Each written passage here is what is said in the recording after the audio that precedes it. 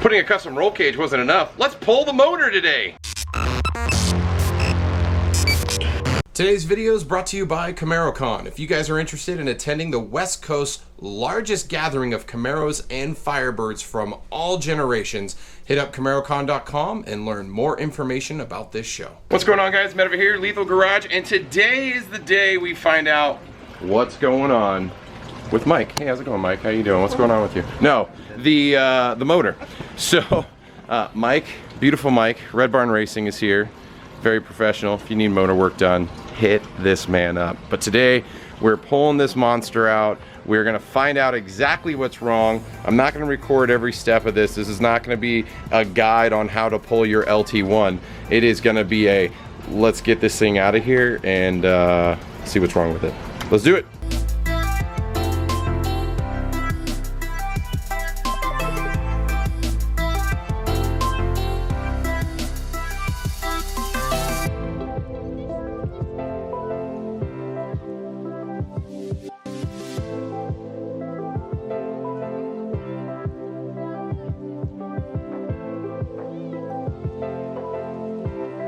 Okay, time lapse kind of over at this point. Oh gosh, Thanks, Mike. Appreciate it. Oh God, ow. I see spots. What's his name? What's his name? No. His name's Spot. So I got the headers out. Well, header. Got the starter out. Got all the wiring unplugged. Well, Mike, I got 3 of them. Mike did the rest because, yeah, I'm not a mechanic. And yeah.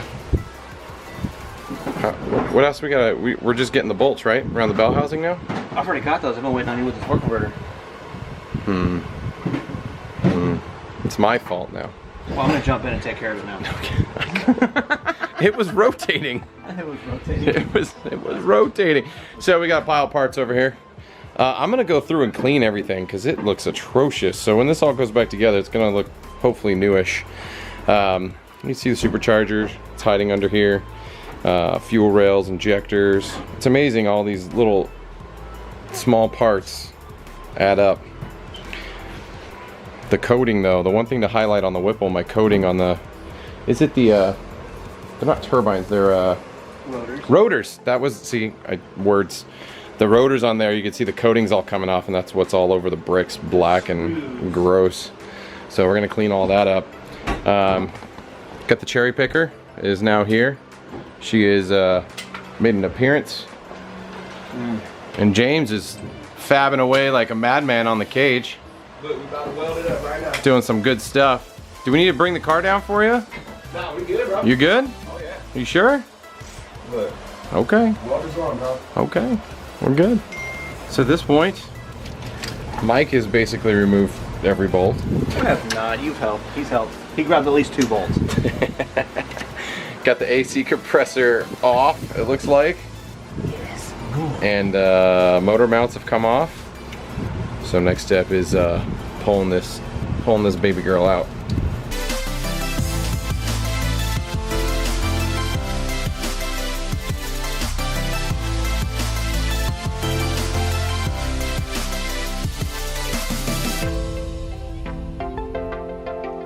Ooh, pretty Circle D. She's out.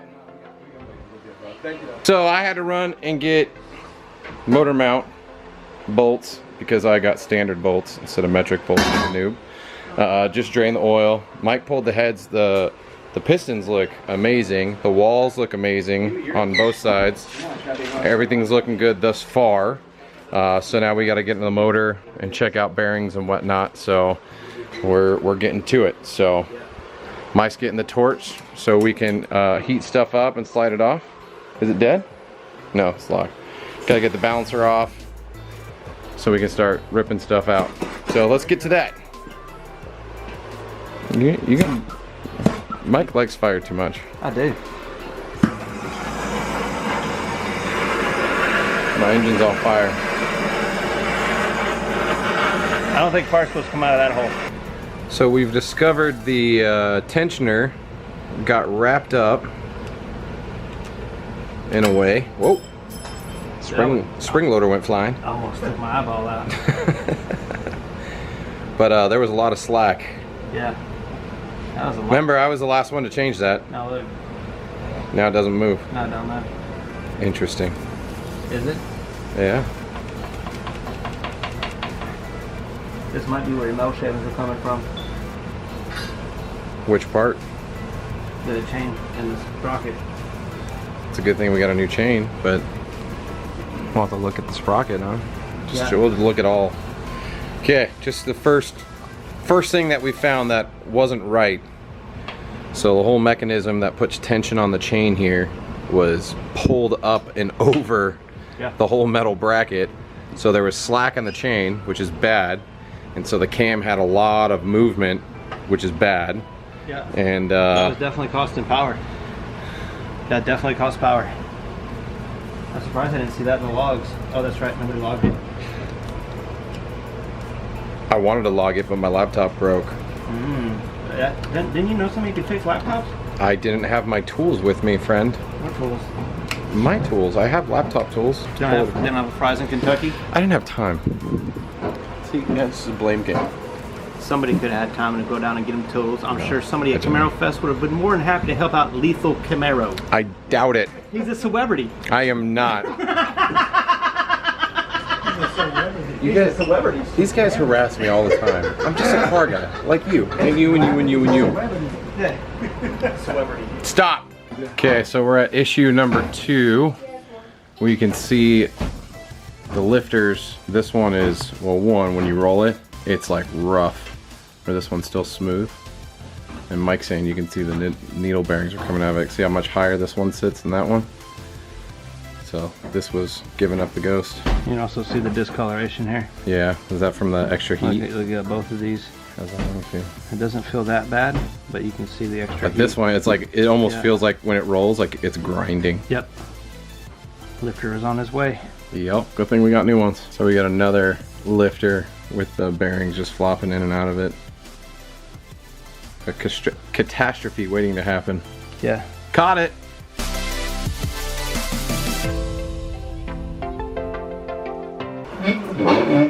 Oh yeah.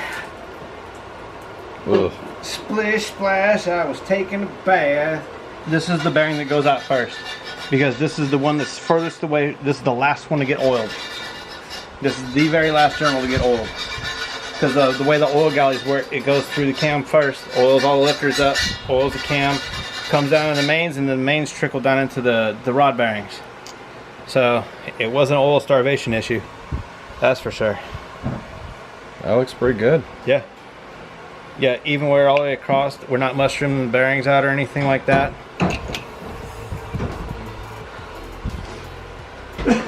Typically, as detonation and stuff like that, you'll have a lot of wear right there, because it's constantly hammer the bearing every time it detonates.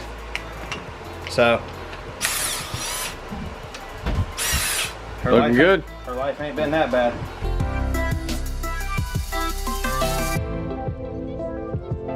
So all said and done, the piston bearings, rod bearings I should say, looking great across the whole gamut of pistons, and main bearings are flawless. Are you kidding me?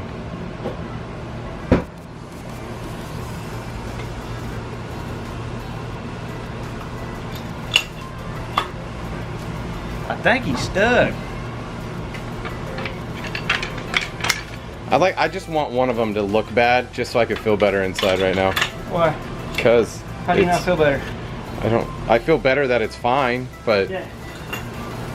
I'm a little bummed we went through a full teardown to. Hey. I mean, we're gonna replace the bearings and upgrade it, so it's gonna be better for it. But what? There's a little bit right there. You want to report? This caused the whole bearing affair right there. Yeah, no, there's no failure in these bearings right now. See that little speck in that red dot right there? I mean, if anything, the thrust bearing, maybe, no. Got a little on it. That's definitely power right there. What? It's been moving around. It's been moving around. Oh, get an angle. Yeah, you can see where it's just got that little light side right there. Yeah. That's where the crank's been flexing. So, We're finding a little wiggliness. That's good. This is normal high horsepower stuff. Yeah. That just means you've been making all of that 225 horse you advertised. Yeah. My 13-second car. Oh, I thought it was 14s. So that just goes to show you with proper maintenance and everything, these motors can live. I mean, that's just. Usually I'm only taking them apart because they cost a rod or somebody missed a gear. I mean, this is more one of those things like we saw. There was definitely something in the oil. Oh yeah, I believe it's from your sprockets. 10-cent piece. Yeah. Yeah, and that might be why she was kind of not running right. Yeah, because she was running really weird. That makes sense why it would be like almost. Yeah. I mean, if you think about how tension in a chain can throw things off, that's kind of how the car was running. I mean, how many degrees do you think that was? I mean, what, 10, 15 degrees? That's a lot. Yeah, that was a lot of. That's a lot. A lot of pivot. But there's a lot of stuff done in this motor, and we're just going to correct everything now. Perfect. So, the upside, guys, main bearings are fine. What? Those all look brand new. They do look brand new. We're gonna put brand new main bearings to replace the brand new looking main bearings. They look brand new. Oh God. The one thrust bearing had a little bit of wear just on one side of it. Look, you can see the thrust bearing here has got a little wear, but it's not deteriorating that I could see. So at the end of the day, we tore down a motor to find out a 10-cent piece caused problems. So tensioner got jacked up. We think the parts and pieces we saw were off the sprockets. Maybe even the chain. Yeah. I don't know, the sprocket's aluminum? The coating is. Well guys, I am thoroughly exhausted if you can't tell. It is super hot and humid today. I totally jacked up my lower back. It is not feeling very good right now, but I've been cleaning up the garage a bit. We got obviously the motor out today. We broke the whole motor down. What a fun experience, but the best thing that we found out today is there wasn't really anything wrong with the internals. So the main bearings, the rod bearings, the cam bearings, everything looked good. Now, we've pulled the motor, we've ripped it down, we're gonna rebuild it back up stronger than ever. Regardless, we've already purchased all the new bearings, so we're going with King bearings for the mains. I'll have to look up at the cam bearings and the rod bearings, but all new stuff. I'll go over that once we get the motor back assembled and going. Obviously, we're going to be slapping on new heads. We got the Frankenstein ED heads, which are actually here. They're in those bags right over there, covered up right now. I just cleaned down and broke down the old heads. I'm going to be sending those to Frankenstein to get done, so I'm going to have a set of completed stage 1 heads. If anybody's interested for an LT1, those will be available when they get back, basically for the price that Frankenstein charges and your cores. So basically bring me your heads and I'll give you my heads that are done by Frankenstein stage 1, all done up beautiful. Outside of that, it really comes down to what the problem was. So the problem came down to the timing chain tensioner. So as you guys saw in the video, the tensioner was completely jacked up in position, and because of that, the slack in the chain was causing a lot of slack and caused the sprockets to start chipping and flaking away.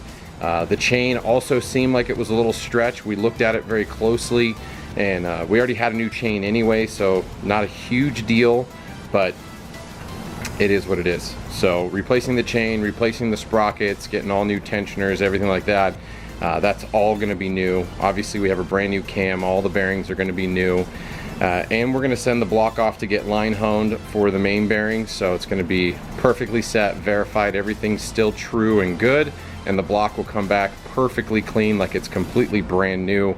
So that will be great, and we're sitting in a good spot. So the worst case scenario didn't happen, and honestly it was the best case scenario. In this instance, we probably could have pulled the front covers off to see if anything funky was going on, but with the way the car was driving and what we saw in the oil pan, we just didn't want to risk it. So it gave us an opportunity to build a lot of things in the car that we wanted to do anyways, but we're now there. So I'm happy we did it. At the end of the day, it was a little bit more money than I wanted to spend currently, but I want to say race car things, but my car's not completely a race car yet. So just something to keep in mind, you know, when you guys do cam your car, want to build it, or if for whatever reason the shop you're going to is going to pull the motor, take your time, swap the bearings, do that now. The bearings in these cars are not amazing. There's a lot of people that are spinning their bearings, especially the thrust bearing in the mains. If you guys can get ARP bolts up top and down low, there's a lot of guys out there that have been reporting and showing issues, especially recently. I know of 4 builds right now going through issues where the bearings failed, the stock bearings. So we're playing with big power numbers. So they're not the biggest in the world by any means, and but they're big enough, and they're big enough to potentially see problems. Luckily, my bearings looked brand new. It's crazy. So I don't know what to say. So thanks for checking out the content, guys. As always, appreciate you following the channel, hitting that subscribe button, follow along. If you guys are interested or new to the channel, hit that subscribe button. Tons of new content coming. Obviously videos bringing the car fully back together again. It is in the full process of an 8.5 cert cage. So we just got the down bars, everything in position, tack welded, everything's cut. The back bars, the front bars, they're all gonna be tucked. So it's gonna come down this edge right in down to the floor. You can see the straight shot right here. It's a little dark in the car, so hard to see. Same on the other side. We're gonna lose a speaker, but oh well, tough race car problems. So we'll be full 8.5 cert, and obviously we'll get the motor back in. So we're taking the motor down to the machine shop, seeing what's possible, how fast they can turn it around. We are going to be replacing the Circle D converter with an FTI, which I have right here, because we believe the stall there is wrong. This Circle D will be available, and I am able to send it off for a rebuild, so it could be rebuilt to whatever you're looking for. So if you're looking for a converter, hit me up.